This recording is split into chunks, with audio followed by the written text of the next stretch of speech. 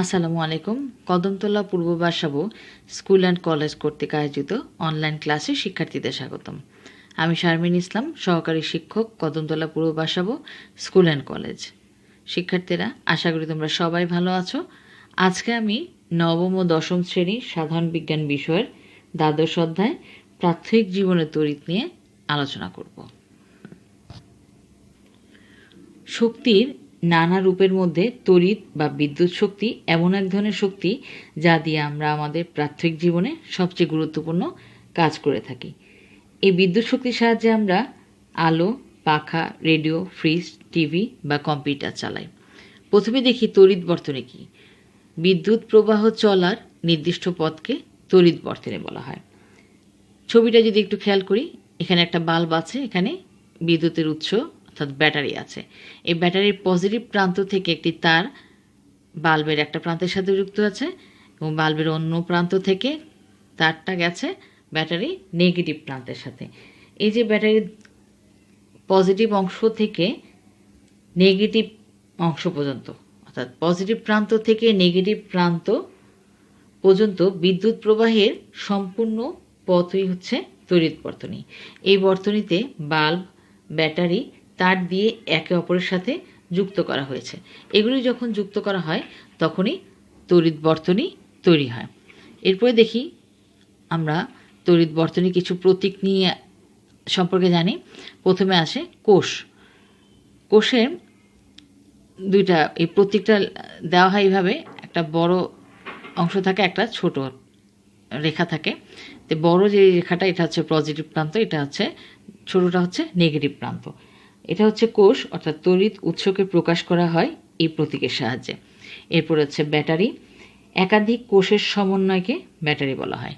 পরিবাহী তার, সংযুক্ত তার। দুটো তার যখন আমরা যুক্ত করি তখন এভাবে একে অপরের সাথে যুক্ত করা হয়। সংযোগহীন তার। সংযোগহীন তারটা হচ্ছে, মনে করি এ বি একটা তার, সি এবং ডি আরেকটা তার।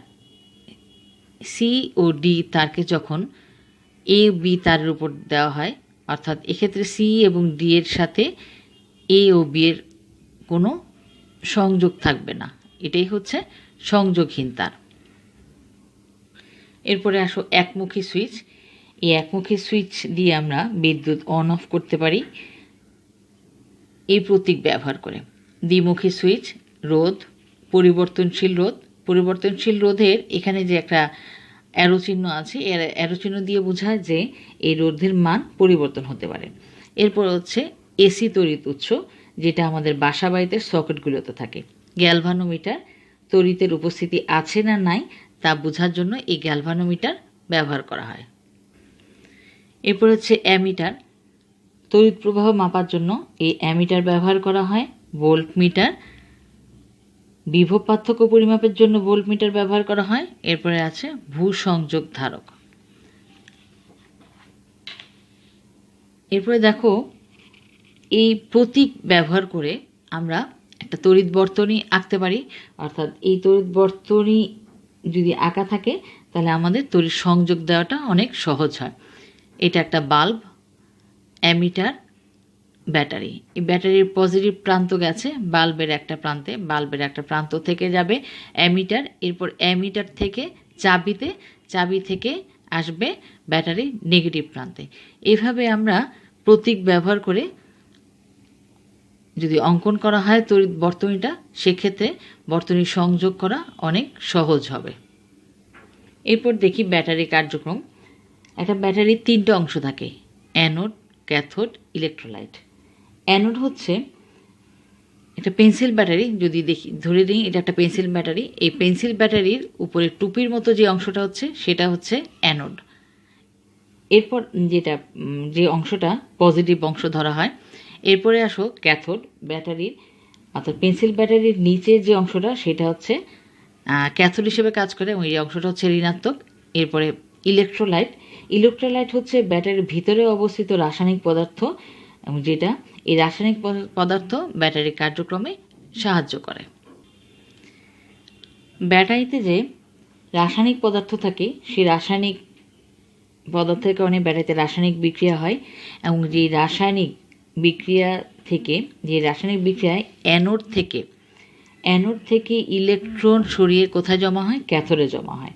এর ফলে অ্যানোড এবং ক্যাথোডের মধ্যে বিভব পার্থক্য তৈরি হয়। ইলেকট্রনের চার্জ ঋণাত্মক, তাই অ্যানোড থেকে যখন ইলেকট্রনগুলো সরানো হয় সেটা ধনাত্মক চার্জে পরিণত হয়। আবার ক্যাথোডে ঋণাত্মক চার্জে, ক্যাথোডে ইলেকট্রন নিয়ে যাওয়ার কারণে ক্যাথোডে ঋণাত্মক চার্জে পরিণত হয়। এরপর অ্যানোড এবং ক্যাথোডে যদি আমরা তার সংযোগ করি সেক্ষেত্রে বিদ্যুৎ প্রবাহিত হয়। এক্ষেত্রে ইলেকট্রনের প্রবাহ হচ্ছে নেগেটিভ থেকে পজিটিভের দিকে এবং তড়িতের প্রবাহ হবে পজিটিভ থেকে নেগেটিভের দিকে। ইলেকট্রনের প্রবাহ হবে নেগেটিভ থেকে পজিটিভের দিকে এবং তড়িতের প্রবাহ হবে পজিটিভ অংশ থেকে নেগেটিভ অংশের দিকে। এক্ষেত্রে আমরা যদি একটা বাল্ব সংযুক্ত করি তাহলে দেখা যায় যে এর মধ্যে যদি একটা বাল্ব সংযুক্ত করি দেখা যায় যে এই ব্যাটারিটা বাল্বটিকে জ্বালাতে সাহায্য করছে, অর্থাৎ জ্বালিয়ে দিচ্ছে। তাহলে আমরা আবার একটু দেখি, একটা ব্যাটারির তিনটা অংশ থাকে, অ্যানোড, ক্যাথোড এবং ইলেকট্রোলাইট। অ্যানোড হচ্ছে পজিটিভ অংশ, ধনাত্মক অংশ, এবং ক্যাথোড হচ্ছে ঋণাত্মক অংশ। ইলেকট্রোলাইটটা হচ্ছে ব্যাটারির মধ্যে ভিতরের যে রাসায়নিক পদার্থ। ব্যাটারিতে রাসায়নিক বিক্রিয়া হয় এবং যে রাসায়নিক বিক্রিয়ায় অ্যানোড থেকে ইলেকট্রন সরিয়ে ক্যাথোডে জমা হয়। এর ফলে অ্যানোড এবং ক্যাথোডের মধ্যে বিভব পার্থক্য তৈরি হয়। ইলেকট্রনের ধনাত্মক চার্জের ঋণাত্মক চার্জ, ইলেকট্রনটা হচ্ছে ঋণাত্মক চার্জ, তাই অ্যানোড থেকে যখন ইলেকট্রনগুলো সরানো হয় সেটা ধনাত্মক চার্জে পরিণত হয়। আর ক্যাথোডে ইলেকট্রন নিয়ে যাওয়ার কারণে ক্যাথোডে ঋণাত্মক চার্জে পরিণত হয়। এরপর অ্যানোড এবং ক্যাথোডের মধ্যে যদি একটা তার সংযুক্ত করা হয় তাহলে বিদ্যুৎ প্রবাহিত হবে। এক্ষেত্রে ইলেকট্রনের প্রবাহ হবে ব্যাটারির নেগেটিভ প্রান্ত থেকে পজিটিভ প্রান্ত পর্যন্ত, আর তড়িতের প্রবাহ হবে পজিটিভ থেকে নেগেটিভ দিকে। এক্ষেত্রে যদি একটা বাল্ব সংযুক্ত করা হয় তাহলে ব্যাটারিটা বাল্বটাকে জ্বালাতে সাহায্য করবে বা জ্বালিয়ে দিবে। এটাই হচ্ছে তড়িৎ বা ইলেকট্রনের প্রবাহ। এইভাবে তড়িৎ বা ইলেকট্রনের প্রবাহ কাজে লাগিয়ে কোনো কিছুকে চালনা করা হয়। তাহলে আমরা দেখলাম অ্যানোড হচ্ছে ধনাত্মক আর ক্যাথোড হচ্ছে ঋণাত্মক তড়িৎ তার। তড়িৎ বর্তনীর বিভিন্ন প্রকার সংযোগ, অর্থাৎ দুই প্রকার সংযোগ আছে। একটা হচ্ছে শ্রেণী সংযোগ বা সিরিজ সংযোগ, একটা হচ্ছে সমান্তরাল সংযোগ। সিরিজ সংযোগে আমরা যদি দেখি, এক্ষেত্রে প্রথমে একটা ব্যাটারি আছে, ব্যাটারির পজিটিভ প্রান্ত থেকে একটা তার যাবে এই ভোল্টমিটার, এটা একটা ভোল্টমিটারের একটা অংশে একটা প্রান্তে, এবং নেগেটিভ প্রান্ত যাবে ভোল্টমিটারের একটা প্রান্তে। এটি ব্যাটারিটার ভোল্ট হচ্ছে 1.5 ভোল্ট। এখানে যদি দুইটা ব্যাটারি সংযুক্ত করি তাহলে এইভাবে সংযুক্ত করতে হবে, অর্থাৎ একটা ব্যাটারি নেগেটিভ প্রান্ত আর একটা ব্যাটারির পজিটিভ প্রান্তের সাথে যুক্ত করে এরপরে ব্যাটারির পজিটিভ অংশ থেকে একটা তার যাবে ভোল্টমিটারের একটা প্রান্তে, এবং দ্বিতীয় ব্যাটারির নেগেটিভ প্রান্ত থেকে একটা তার যাবে ভোল্টমিটারের আরেকটা প্রান্তে। এভাবে এই ব্যাটারি দুটাকে কিন্তু শ্রেণী সংযোগে অর্থাৎ সিরিজে সংযুক্ত করা হয়েছে। শ্রেণী সংযোগ বা সিরিজে সংযুক্ত করা হয়েছে। অনেক সময় আমরা দেখি বিভিন্ন রিমোটে, যা আমাদের এসি রিমোট বা টেলিভিশনের রিমোট অথবা খেলনাগাড়ির রিমোটে দেখো এভাবে ব্যাটারি থাকে, অর্থাৎ উল্টো করে থাকে দুটো ব্যাটারি। একটা ব্যাটারির পজিটিভ প্রান্ত একটা ব্যাটারি নেগেটিভ প্রান্তের সাথে যুক্ত আছে, এবং এখানে দেখো এই ব্যাটারি নেগেটিভ প্রান্ত এই ব্যাটারির পজিটিভ প্রান্তের সাথে যুক্ত হয়েছে। এক্ষেত্রে দেখো দুটো ব্যাটারি কেন ব্যবহার করা হয়েছে? এর কারণ হচ্ছে এই রিমোট দিয়ে আমরা যখন কাজ করব তখন 3 ভোল্টের ব্যাটারির প্রয়োজন। এক্ষেত্রে আমরা যদি একটা পেন্সিল ব্যাটারি ব্যবহার করি সেক্ষেত্রে 1.5 ভোল্ট হলে আমার রিমোট কিন্তু কাজ করছে না। কাজে এক্ষেত্রে দুটো ব্যাটারি যদি আমরা ব্যবহার করি তাহলে 3 ভোল্ট হয়ে যাবে। এক্ষেত্রে ব্যাটারিগুলো যেভাবে সংযোগ করা হয়েছে এটা হচ্ছে শ্রেণী সংযোগ বা সিরিজে সংযুক্ত করা হয়েছে। এরপরে আসো সমান্তরাল সংযোগ। সমান্তরাল সংযোগের ক্ষেত্রে দেখো আমরা দুটা ব্যাটারি এভাবে যুক্ত করা হয়েছে। এক্ষেত্রে ব্যাটারিগুলোকে যেভাবে যুক্ত করা হয়েছে, অর্থাৎ ব্যাটারিগুলোর দুটা ব্যাটারির পজিটিভ অংশ একদিকে এবং নেগেটিভ অংশ একদিক করে সংযুক্ত করা হয়েছে। এবং এক্ষেত্রে পজিটিভ অংশ এবং নেগেটিভ অংশ একদিক করে যদি সংযুক্ত করা হয় তবে ব্যাটারির মধ্যে বিভব পার্থক্য কিন্তু একই থাকবে। কাজে তড়িৎ প্রবাহর মান যখন বেশি লাগবে তখন ব্যাটারিগুলোকে সমান্তরালে সংযুক্ত করা হয়। তড়িৎ প্রবাহের মান যখন বেশি লাগবে তখন ব্যাটারিগুলোকে সমান্তরালে সংযুক্ত করা হয়। আর সিরিজে ব্যাটারিগুলো যখন সংযুক্ত করা হয় তখন এটা হচ্ছে সিরিজে, তখন আমাদের যখন বিভব পার্থক্য বেশি লাগবে, বিভব যখন বেশি লাগবে তখন সিরিজে ব্যাটারি সংযুক্ত করা হয়। আর তড়িৎ প্রবাহের মান যখন বেশি লাগবে তখন ব্যাটারিগুলোকে সমান্তরালে সংযুক্ত করা হয়। এরপর ইলেকট্রিক সার্কিট হচ্ছে আমাদের দৈনন্দিন জীবনে বিদ্যুৎ কিভাবে ব্যবহার করা হয় সেটি বুঝতে হলে আমাদেরকে ইলেকট্রিক সার্কিট সম্পর্কে জানতে হবে। প্রথমে দেখি সিরিজ সার্কিটে দেখো দুটা বাল্ব আছে, একটা ব্যাটারি আছে, এভাবে সিরিজে সংযুক্ত করা হয়েছে। অর্থাৎ এক্ষেত্রে বাল্ব দুটোকে ব্যাটারির সাথে এভাবে সংযুক্ত করব, অর্থাৎ সিরিজে সংযুক্ত করব। বাল্বের অর্থাৎ এ বাল্ব এবং বি একটা বাল্ব, এ বাল্বের একটা প্রান্ত থেকে ব্যাটারির পজিটিভ প্রান্তে আসবে এবং এ বাল্বের আরেকটা প্রান্ত যাবে বি বাল্বে, এবং বি বাল্বের একটা প্রান্ত যাবে এখানে ব্যাটারি নেগেটিভ অংশে। অর্থাৎ এই তার দিয়ে আমরা এ এবং বি বাল্বকে এমনভাবে সংযুক্ত করব সিরিজে, সেটা সংযুক্ত করার ফলে এক্ষেত্রে বর্তনীটা সম্পূর্ণ হবে। এরপরে দেখো ব্যাটারির পজিটিভ অংশ, আমরা যদি প্রতীকের সাহায্যে এটা ব্যবহার করে থাকি, প্রতীক দিয়ে যদি এই বর্তনীটা বোঝানো হয় তাহলে দেখা যায় যে এটা এ হচ্ছে একটা বাল্ব, এই প্রতীক, বি একটা প্রতীক, এবং এখানে হচ্ছে ব্যাটারির এই চিহ্নটা, এই প্রতীক ব্যবহার করা হয়েছে। এবং সেক্ষেত্রে তার সংযুক্ত করে আমরা বর্তনীটা সম্পূর্ণ করলাম। ব্যাটারির পজিটিভ অংশ থেকে বাল্বের মধ্য দিয়ে ব্যাটারির নেগেটিভ অংশে যে প্রবাহটা হচ্ছে সেটা হচ্ছে বিদ্যুতের প্রবাহ, যেটা যাচ্ছে সেটা হচ্ছে বিদ্যুতের প্রবাহ। অর্থাৎ ব্যাটারির পজিটিভ প্রান্ত থেকে বাল্বের ভেতর দিয়ে ব্যাটারির নেগেটিভ প্রান্ত পর্যন্ত তড়িতের যে প্রবাহ সেটা হচ্ছে বিদ্যুতের প্রবাহ বা তড়িৎ প্রবাহ। আরেকটা হচ্ছে ব্যাটারির নেগেটিভ প্রান্ত থেকে বাল্বের ভিতর দিয়ে ব্যাটারির পজিটিভ প্রান্তে যখন প্রবেশ করবে সেটা হচ্ছে ইলেকট্রনের প্রবাহ। এরপর আসো সমান্তরাল সার্কিট। এক্ষেত্রে বর্তনীটি সমান্তরালে সংযুক্ত করা হয়েছে।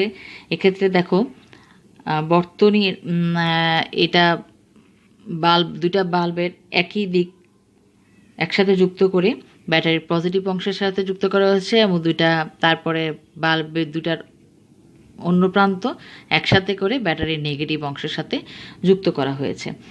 এইভাবে দেখো আমরা যদি প্রতীকের সাহায্যে ব্যবহার করে থাকি সেটা একই জিনিস।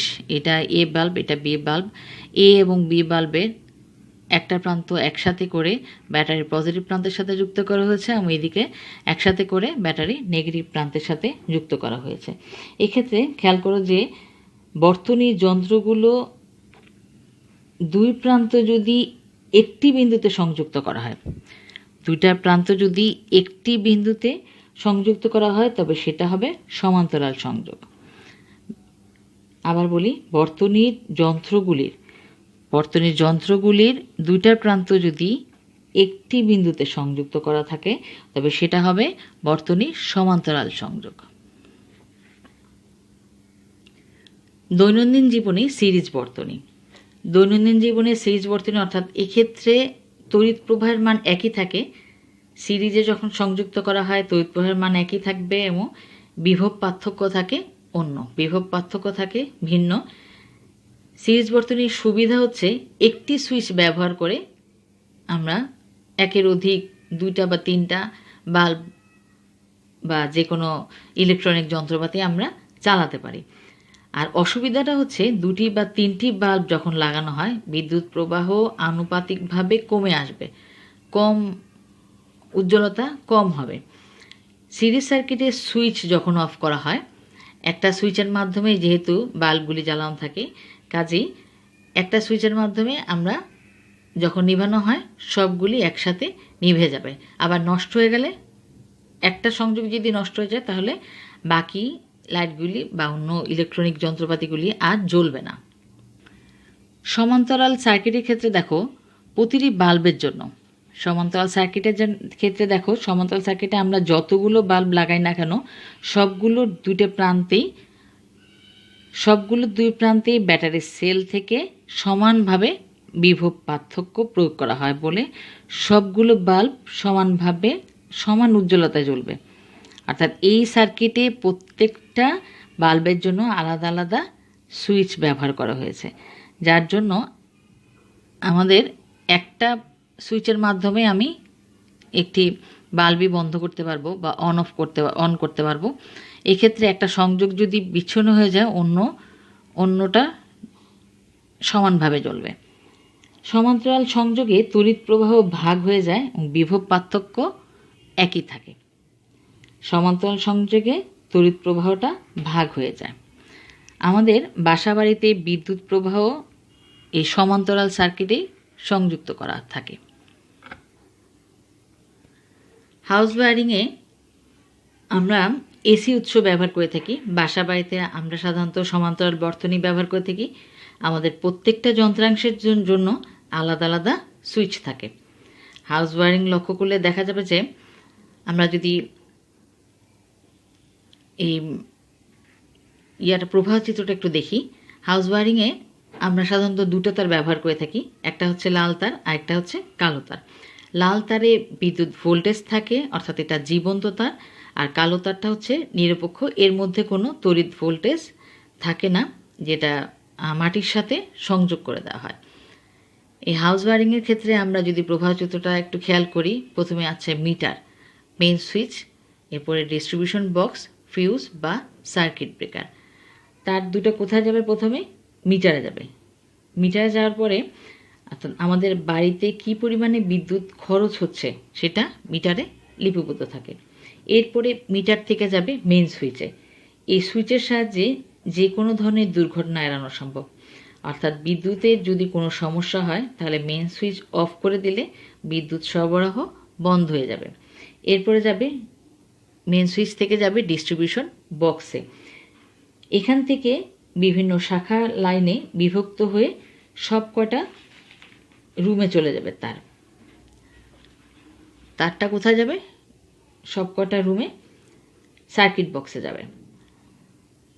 এই সার্কিট বক্স থেকে এরপরে প্রত্যেকটা শাখা লাইনের জন্য পৃথক পৃথকভাবে ফিউজ ব্যবহার করা হয়, অর্থাৎ সার্কিট ব্রেকার থাকে, প্রতিটা রুমে ফিউজ থাকে। এই ফিউজ যখন ব্যবহার করা হয় তখন বিদ্যুৎ সরবরাহের কম বা বেশির ফলে বৈদ্যুতিক যে যন্ত্রাংশগুলি আছে সেটা রক্ষা হবে। যে কোনো দুর্ঘটনা এড়ানো সম্ভব। যে কোনো দুর্ঘটনা যদি হয় সেক্ষেত্রে আমাদের যন্ত্রাংশগুলি রক্ষা পাবে এবং এক্ষেত্রে ফিউজটা নষ্ট হয়ে যাবে। এরপর আসো তড়িৎ বিশ্লেষণ সম্পর্কে জানি।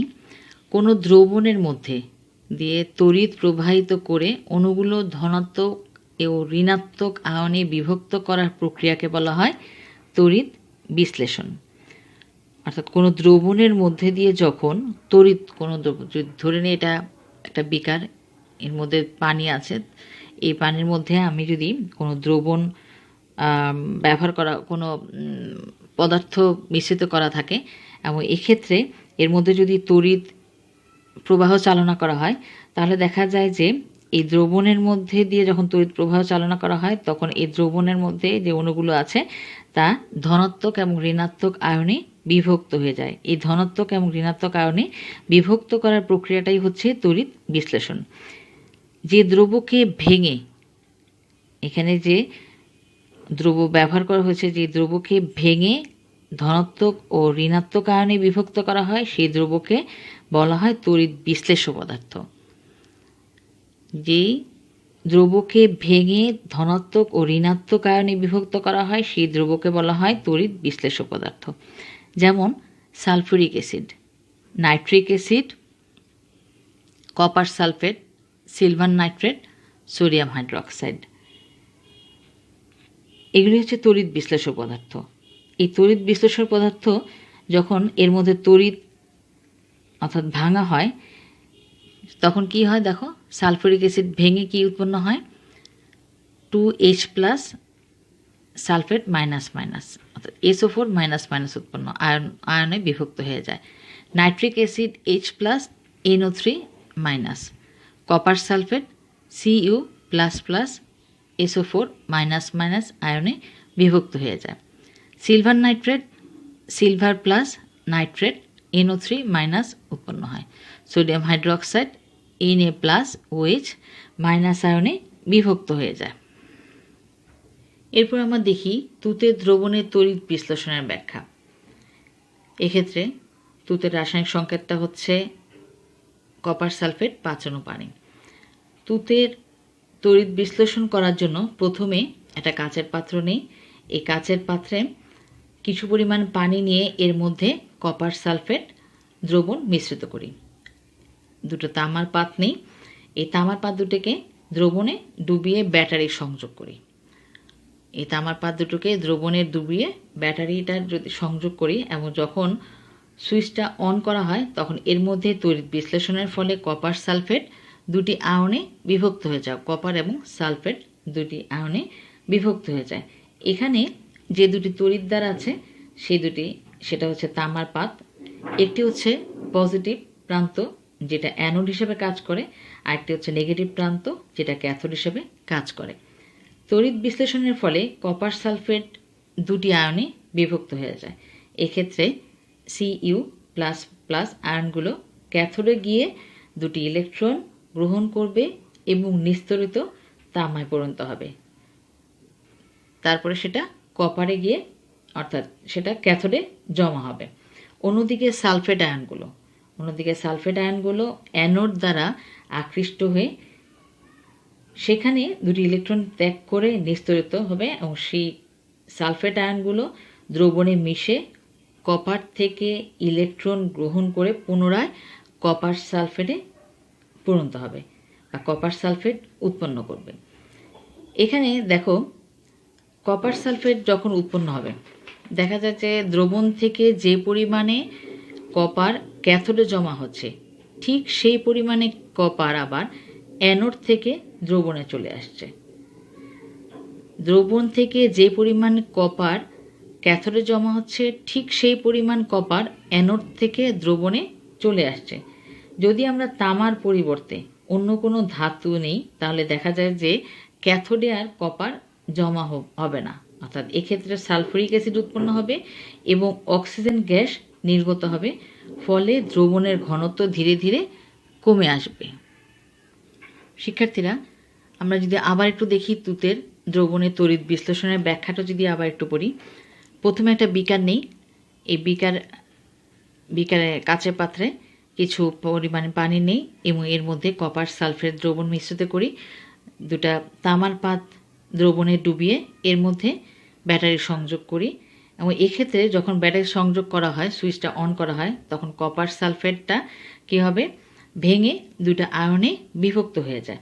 একটা হচ্ছে Cu++, একটা হচ্ছে SO4 মাইনাস মাইনাস।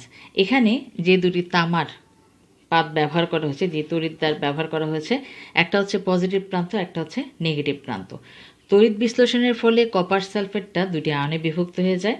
এক্ষেত্রে Cu++ আয়নগুলো ক্যাথোডে গিয়ে দুটি ইলেকট্রন গ্রহণ করবে এবং নিস্তরিত তামায় পরিণত হয়ে ক্যাথোডে জমা হবে।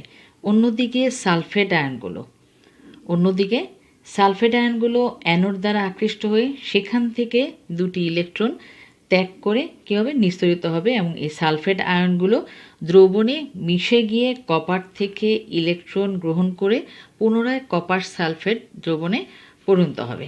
এক্ষেত্রে দেখা যাবে যে পরিমাণে কপার থেকে, এক্ষেত্রে আমরা যদি একটু খেয়াল করি, দ্রবণ থেকে যে পরিমাণ কপার ক্যাথোডে জমা হচ্ছে ঠিক সেই পরিমাণ কপার অ্যানোড থেকে দ্রবণে চলে আসছে।